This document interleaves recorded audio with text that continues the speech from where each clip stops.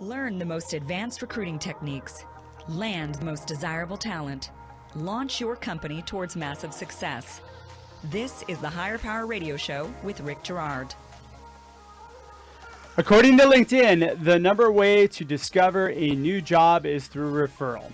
And referrals are the top source of quality hires.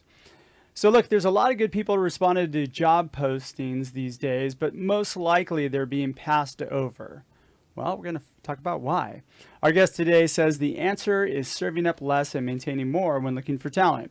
Using AI and machine learning can help target the right applicants to diversify your talent pool and find the right hire.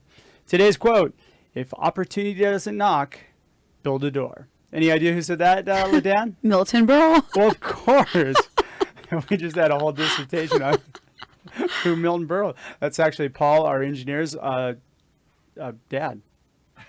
I'm kidding. Oh my God, I was like, you just made me practice his name and go through all that. That's his dad. I'm kidding. I'm Rick Girard. Welcome to the Higher Power Radio Show.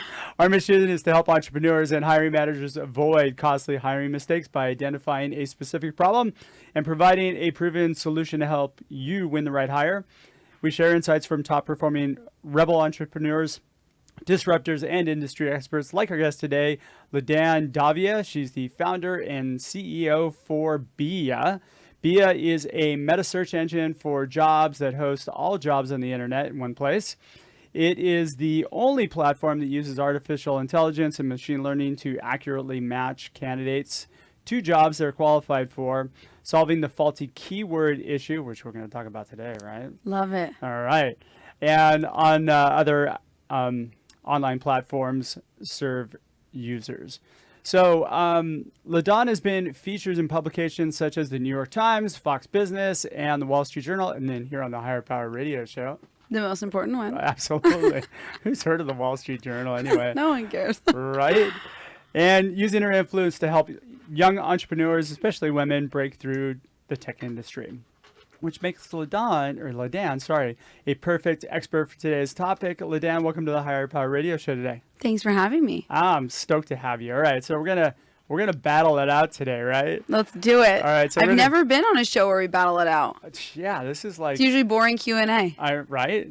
So I have boxing gloves down on the floor below. Yeah, I'll get them. Just feel free to punch me whenever you want. All right, so today we're going to cover a few things. We're going to talk about applicants versus referrals. We're going to talk about the benefits and the downgrades, or the not so good things of each. We're going to talk about maybe other hiring options as well, if we got time. And then we're going to talk about how to level the playing field and bring the right talent forward, regardless of where they came from. So let's start with kind of the obvious question, which is, I'm going to play to your expertise, which is, why is it wrong to focus on referral candidates as opposed to applicants? Okay, one of my favorite topics. I feel like I could talk about it for years. We only have 20 minutes. So. Short answer for the sake of time, it's wrong because you are excluding an entire group of people who are not connected. That's how I feel about it. True. There are plenty of people who are self-taught. They're first generation. They don't have a family. They don't have parents, uncles, aunts who are connected, mentors who can connect them to jobs. And if you don't have that, you are completely lost in the referral system. Okay. So it gives an unfair advantage to those who have the connections? Yeah, and it's not just connections. You can be someone who is self-taught, put yourself through college, you have internships, and you create a network for yourself that way. That's not really the same thing as when we say all referrals, because that's not how it's done most of the time. Most of the time it's,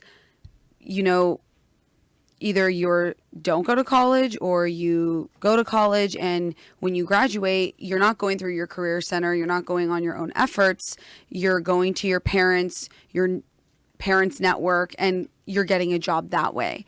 And that's what I don't think is right, although I've been someone who has benefited off of that. So I'm not saying it doesn't happen.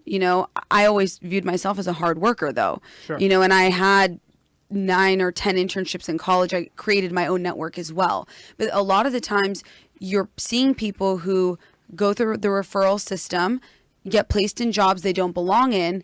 But what that does is, again, it's excluding an entire group of people who don't have a wealthy and connected network. So you're talking about primarily people who are new to the job market as opposed to people that have been in I the am. job market for a while. I am, because I think people have been in the job market for a while.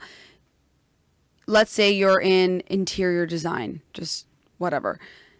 You have made a name for yourself, at least in that market. You would hope so, yeah. You'd hope so. Yeah. You're working with clients, you're working with other, manufacturers, outlets. So if you find yourself in a point of transition and somebody knows that and connects you with a job, at least that is off of your own experience. Sure. My biggest problem is for first year, you're starting out your career, and those few years you're out of school are so important because you have to start paying your student loans back. You have to start making a name for yourself. And again, if you don't think about it, you're 20 years old, you're graduating from school, 21. Who do you go to if it's not really a family connection? Sure. Well, even with candidates that are in transition or more established people that have been in the market for quite a few years, if they don't have a network or if they've been at one company for a long time, Yeah. they don't really necessarily have the access to referrals either. Yeah. And if you're really committed to your job, you're not usually going to a bunch of networking events and creating that because you're committed to your busy current working. You're busy working. You're committed to your current company. So again, there are plenty of skilled people who just don't have this large network to pull from. So you've got a couple different issues here. And so I agree. Well, even at the senior level, most of the key hires that I see happen usually tend to come from employee referrals or referrals through whatever their network is, right? Are they necessarily getting the best person? I don't know. But usually when you come referred in, you've got a higher chance that that person's going to be successful because you got somebody who can vouch for them. Yeah. Right? Whereas when you're hiring somebody off an application, it's basically a big unknown. And that's a tad bit scary, especially if you're a smaller company. Absolutely. You're a startup, right? Yeah. I would imagine that at some point you might have made a bad hire based off Oh my gosh, absolutely. Right. My first hire was the worst one I ever made. Yeah, it really was, and it was a referral. Oh, okay. It was so a this is referral. why you hate referral people. So, I've always felt this We're way. getting to the truth, guys. I've always felt this way, but that really solidified it for me because, again, just because I had just thought of the concept for BIA, I was building out my team, and I needed someone to actually build the platform. So I started going through my own network, and I was speaking to the president of my university at the time, and he connected me to two brilliant, engineers, and I hired them. I feel like when someone refers someone to you, you put a lot of faith in that person even before the vetting process begins. So even though you do vet them, you're But still... did you really vet them? Absolutely, yeah. Because that's really the... Yeah, my investor met them. I had other software engineers look at their work. So what else can you do, right? Yeah. That was from me. And then... Well, don't take a referral from your but you'd think this is someone who's a mathematician himself. I mean, he's not... he's not a dummy. So yeah. He's a well-respected guy who's worked with them before. So when I hired them, they turned out to be two complete con artists who ended up stealing money from us, wasted a year of time, never delivered the product, and then completely disappeared. Oof. So I've heard that story, by the way. I'm not the only non-technical person. Founders quite a few times. Absolutely. Yeah. I think it happens very commonly in our field. Yeah. And that's kind of a challenge that I've seen with a lot of entrepreneurs is you get somebody who's got a great idea, they've got the access, they're able to raise money, but they don't have a technical founder. Yeah. And when you don't have a technical founder, that becomes very challenging. It does. And I usually say, even for myself, when I think of other business ideas and stuff, I always think you should be an expert in whatever field you're in. So if you're starting a tech company, you should be an expert in technology. But I think now with tech, there are so many amazing companies that have been started by non-technical founders who have good talent. Well, if you think about it, most companies are now tech companies. Yeah. They're kind of forced to be. Yeah, they are. I mean, Yeah. I think Domino's has done a great job of that. Domino's is a pizza. They make pizza, but their online way of ordering, their app, their technology is so good. It really has turned into a tech company. Oh my God, I'm gonna sound so bad here, but I've never ordered Domino's. I don't eat pizza. You haven't lived with, I don't know, 5 girls in a college house. Probably not. Probably not. All right. So are employers losing good talent because of the fact that they're not paying attention to, are they losing good people because they're not paying more attention to people who are applicants? I think they are. And again, I really mean this. I mean this for people who are starting out their careers. When you're looking for those entry level positions, you know, I do think they're missing out on that. So I think one of the challenges that most companies have is just, it's mainly a timing issue when we're coming down to it, really, because if you get 300 applicants and you get one referral, where are you going to spend your time? The referral. Absolutely. And I understand that part of it. Yeah. Yeah. And I would too, probably. Yeah. And then, you know, resumes, we've all kind of learned that resumes tend to be, well, they're bullshit in a way. Yeah. I mean, it's basically, you have the buzzword, I actually just read something somebody said the other day.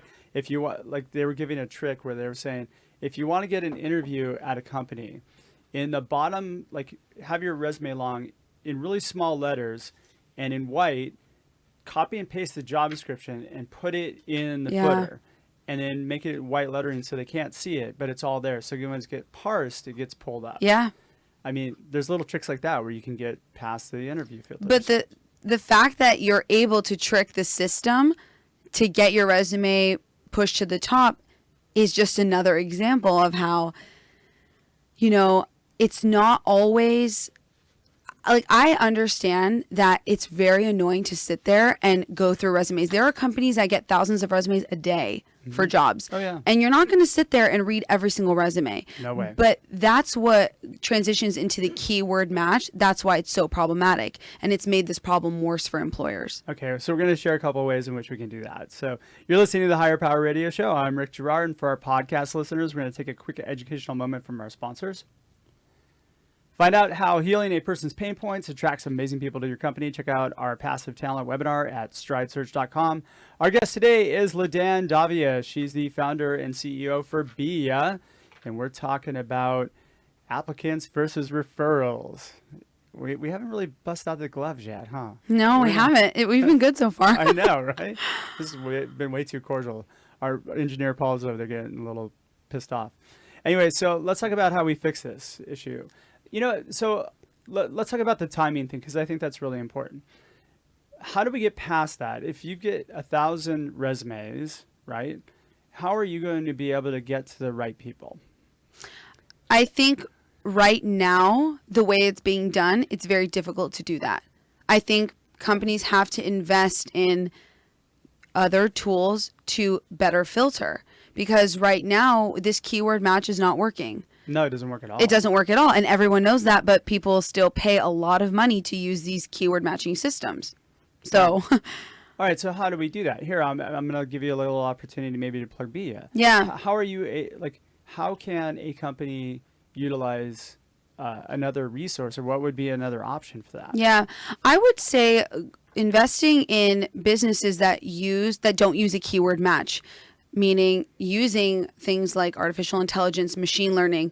These are algorithms that you can feed as much information as you can into them, and they really can learn over time. They just get better over time. It never gets worse. I get that, but if you don't have access to that, I mean, is there tools available out there that can... No, well, BIA is available.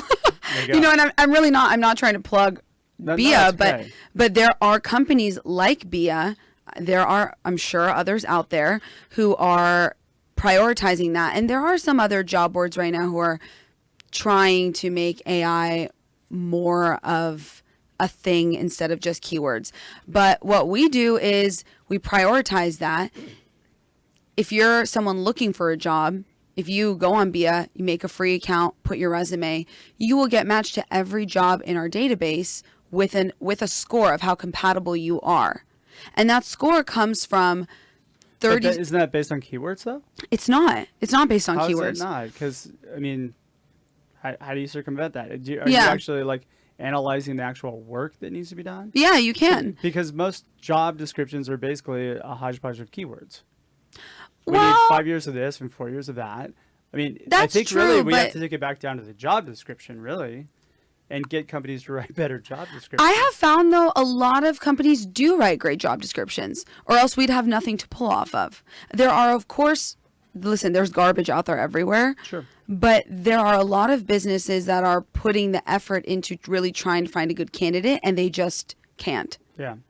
because of this whole mess. They don't want to search through so many resumes to find it. But I haven't found that to be a huge... I have found that they don't list salary a lot of the time, which I think is a problem, because you should just be very transparent about how much you are going to pay someone for this job. I don't like that when they get to kind of decide, okay, well, this person, we could probably get away with paying them less, so we're going to. I think you should be transparent with how much you're going to pay someone. I get that. I think you're supposed to give a range, technically. Well, a lot of them. I would say, but actually, you don't most have of them to don't. give a range. You don't have to, but I just think you should. Well, so here's the thing. You had some changes in the law last year that basically stipulated that you can't ask what somebody's salary was, their current salary. Yeah. So now you got a situation where, like, okay, well, is that a filtering tool? Because I want people to be able to I want people to be able to effectively like respond and apply. I want to be able to be the person who makes that decision. Right? Yeah.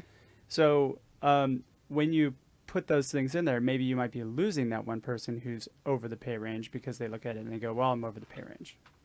I think that's... It is Listen, kinda if silly, someone is over the pay range, but they're willing to work for less, why are you turning them away? No, there's a lot of no. That person might make the decision to not submit their resume because they're over the pay range. Well, then they don't have to apply there. Yeah, but that might be your best person. But then they're going to find out anyway. Why are you wasting your time? That's true. But maybe you can come up on the pay range for the right person.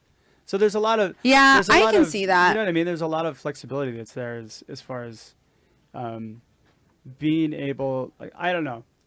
I try to also keep, for me, I try to keep salary out of the loop as long as possible. Yeah. Because like you just said, people will accept jobs for less money.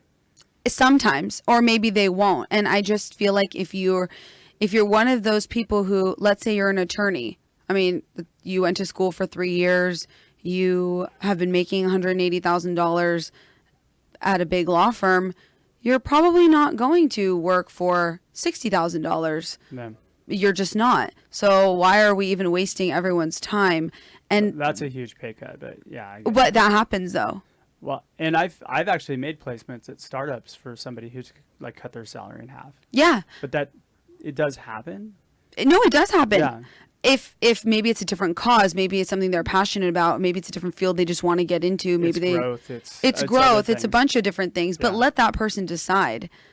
Well, that person though, if you're looking at a job description, they might have their own bias, just like Yeah. what companies have, right? And they might just, oh, well, it's out of my pay range. I'm not going to look at it. But I feel So- like if you don't put the salary there, it really goes against it can start getting really messy with equal pay.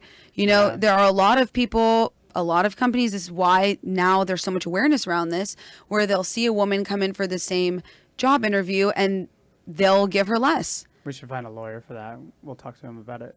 Yeah, but it happens. So There's got to be some like legal reason why a lot of companies aren't doing it. I would imagine. yeah, So, I don't know. all right. So, what do we focus on if we don't focus on keywords? You can focus on skill, merit, experience. When you tell AI for this job, this is usually how many years this person went to school, what they've been doing at a certain company. These are softwares they're familiar in. And this algorithm can learn over time who is a good candidate for certain jobs. And I'm not saying this is the end all solution. You can't ever make sure someone comes on time. An algorithm cannot tell you the person's going to come dressed appropriately. Or whether or not they've been impactful in their role. Or Exactly. really It can't tell that. I'm just saying for basic skill level and merit, it should not be based on gender, socioeconomic background, race, which a lot of the times it is based on those three, the referral system, you know? Is it? Yeah, I guess it would be. Yeah, because you're usually bringing in somebody's friends or somebody's friend who runs in a certain circle. You went to school together. You were, you know. And you have to be careful of that because that really does not doesn't cultivate diversity. No, but that maybe that's why we're in this position. And diversity cultivates innovation. Absolutely. So you definitely want that. Yeah. So let's look at. Okay, so let's look at maybe the job descriptions and. As a tool, right, to be able to effectively attract that person, but also maybe give them a call to action or give them something that they can respond to other than a cover letter. Yeah, cover letters are. I think it's outdated. Thing of the past. Yeah, the resume is outdated. The resumes. We did a show earlier to abolish the resume. Yeah, I actually agree with that. I mean, there's no reason to have a resume. Most of it's full of lies. Totally. I mean, totally. I think my old boss used to call it like it's a piece of paper with buzzwords and bullshit. Yeah. That's pretty much it. But it is a piece of paper with buzzwords and bullshit because that's how it's being screened. Yeah. So. Well, look, the most valuable piece of a resume for me is the contact information for the person. Absolutely. And their job history. Like I'll look at where they've worked and how long they stayed there. Yeah. Because, I mean, that does show if you're hopping jobs every 6 months, you're really not bringing a product to completion. You're not, yeah. You're showing a track record, right? Yeah. And past performance is a key indicator of future performance. Yeah, I'll agree with that. Yeah. So, hey, put it in your job descriptions a call to action saying, hey, before you submit us your resume, answer these 3 questions. That's an amazing first step on screening someone. Let's just see if they're even reading it. Yeah. Because I understand from an employer standpoint, you also get a ton of resumes that have nothing to do with the job you've posted. Oh yeah, you get somebody who's sitting there late at night and they're going, oh yeah, it might be really cool to be a marketing manager. And for sure, yeah. when you're actually changing the oil at Jiffy Lube. Yeah. You have. I had a friend. We were graduating college. She applied for a vice presidential position of like an insurance company, and I said, "Come on." What are you doing? She said, weirder things have happened. And she's right. Weirder things have happened. You see people all the time working in places and you're like, how did you get here? I mean, referral. Yeah, employer referral. Family exactly. Referral. But, because of that, you have people it's so easy to just submit yourself. So maybe as an employer, that is a good thing. Yeah. If you put in a call to action, you can eliminate it. Because I build that with my job descriptions for my clients. So I say, hey, look at. Have a call to action, and we put in big bold letters, if you don't send this, we will not respond to you. Mm-hmm. So we just kind of leave it to them. If there's no response to it, boom, you're in the trash. Yeah. And no computer can filter out someone's personality, drive, passion, any of that. It can't. This is just a first step to screen who's coming in the door, because HR professionals are wasting a lot of time that I know they don't want to be wasting on bad interviews. It's a non-starter. Like, this person's never going to work here. How did they even get through? So I will tell you that I think that is on HR because that's an issue with phone screens. I think they need to pick up the phone more and talk to candidates and vet them and have a process for vetting. Yeah. Because there's a lot of people out there who have terrible resumes. But are amazing candidates. Amazing people. Agreed. And there's people, and I see some resumes that are like, they have everything. They put every buzzword that you can possibly imagine. Yeah. And they're terrible. They're probably not that good. You can tell by their career history, they hop every 3 months, right? Like, so that's a contractor. Yeah. Right? Yeah. So to eliminate the time issue, you have to understand what you're doing. But I think really you're going to have to invest the time into an accurate, good phone screen with people to find out whether or not they're viable. Or a video. Oh, I'm not a big fan of videos. Really? Why? Well, if you're doing a video conversation, it's great. But how many people are comfortable in front of a video camera?